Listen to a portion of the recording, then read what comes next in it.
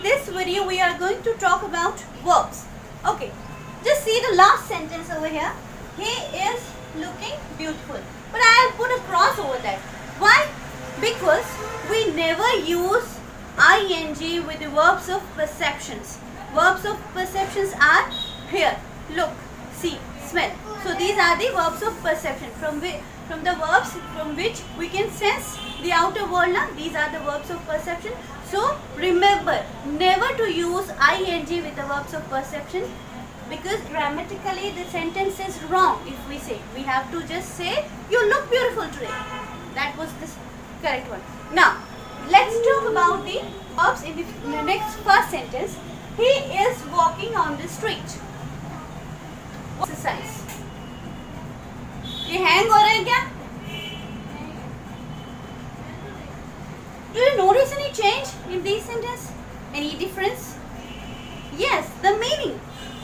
Just see, he is walking on the street. वो सड़क पर चल रहा है. Walking is the best exercise. चलना सबसे अच्छी एक्सरसाइज है. चलना चल रहा है. Difference is there ना? Next sentence. Look, the baby is crying. The crying baby woke up everybody. Is there any change? Yes. The difference. What's the difference? The difference is the baby is crying. The ing is there. बच्चा रो रहा है. देखो बच्चा रो रहा है. The crying baby woke up everybody. रोते हुए बच्चे ने सबको जगा दिया. That is the difference, and that is the thing we are going to talk about in this video. So let's get started. Let's see these sentences. The boy are sad. The rice are undercooked. The boys is sad. Rini and Ronika is running the race. They are wrong, na? Yes, you know that they are wrong. The verbs in these sentences are wrong. These are the wrong sentences. The verbs in these sentences are wrongly used. You know it, I know, because you are using the language from the starting of your school life. Okay, so these are wrong verbs. Wrong use of verb is here. So now it is correct. Rice is. The boys are. Because it's plural, the subject is plural. Rini and Ronika. Look, two are there, na? More than one. So it's also plural one. So are. Now these sentences are correct. Now what's that? Always the verb should agree with the subject in a sentence, and that is called the subject verb agreement. What we call it? That is called the SV and SVO structure. Subject, verb and object structure. Okay. Now, what I want to comprehend you is that always the subject should agree with the verb. Okay. So, now, the boy is sad. Now is the verb and it's correct. Now, just learn about the use of plural verb and the singular verb. Singular verb is and plural verb is are over here. Now,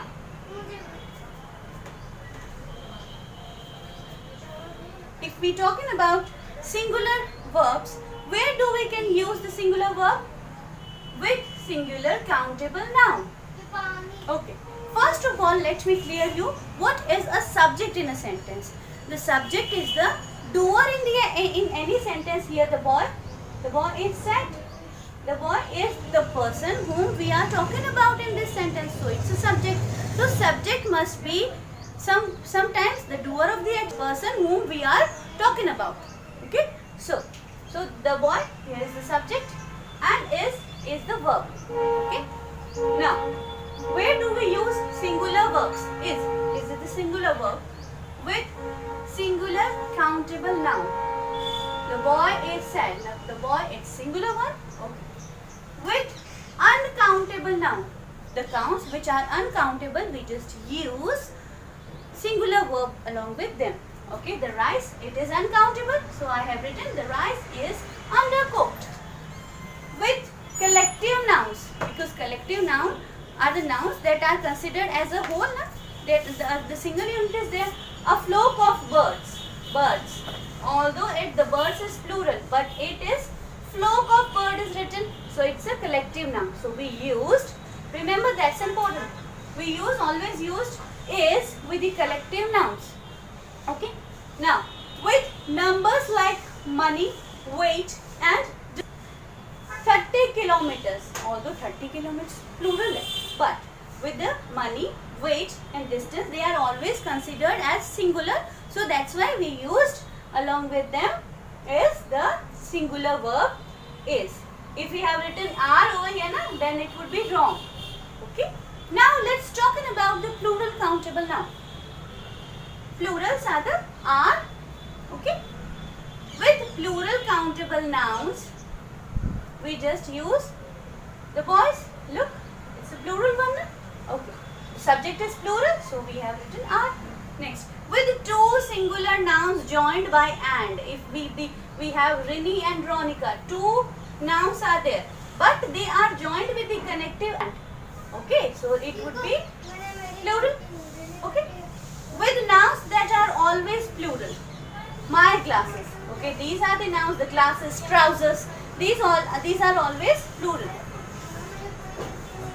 With collective nouns that are taken to be plural. Some of the collective nouns that are considered as plurals. Players of the basketball team are practicing. With I as a subject.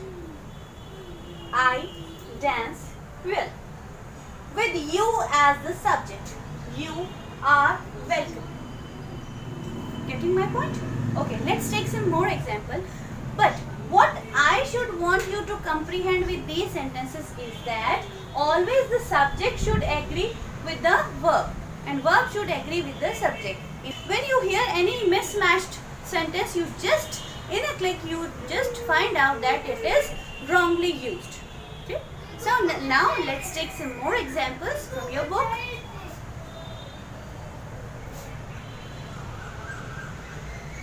Just see the verbs in these sentences. The packet of sweets are on the table. They is wrong. And now they must apologize. Either Peter or David are to be chosen. The herd of elephants eat a huge heap of grass each day. The poet and the painter is coming home today. Now notice these all the highlighted words are the subject. Okay? And the underlined words are the verbs, but they are wrongly used. So what should be there? If I have written here, remove this and we have to write is. They are. Either Peter, David, or. They are joined with the or now, but so we have to write because either Peter or David. So only one is to be chosen now. That's why. The herd. Now it's again a collective now. So eats. The poet and the painter is coming home. The poet and the painter. Now it is joined with and now. So that's why we just write are. Okay. Now I hope you get it, my point. Now if I turn the next page, let's see some more example. She are beautiful. Now it's wrong. So what should be there? She is beautiful. Next, I sings melodiously. Now remember children, never to use the plural verb with the I, because I always considered as plural. So that's why I sing melodious song. Now it's correct. They are working hard to pass the exam. The sentence is correct. Komal and Konika is reading the same book. Again, if we say we have, because it's joined with the and now, so that's why. If it here is written either Komal or Konika, yeah, neither Komal nor Konika. If this should be written over here, then we used is. Then is correct. We have been to Rishikesh. Now it's also correct one. Now let's talking about the participle. But whatever the sentence I had written in the beginning, now the walking is the best exercise, or he is walking. Now just find out what is the difference in them. The crying baby woke up every day. I couldn't find drinking water anywhere. So, do you notice, children, the use of ing in these sentences? Yes, these verbs are as adjective. Here, drinking water. How was the water? It should be potable. It should be okay. The baby, crying baby. Now, it's his use. Here, the verb is used as an adjective, na?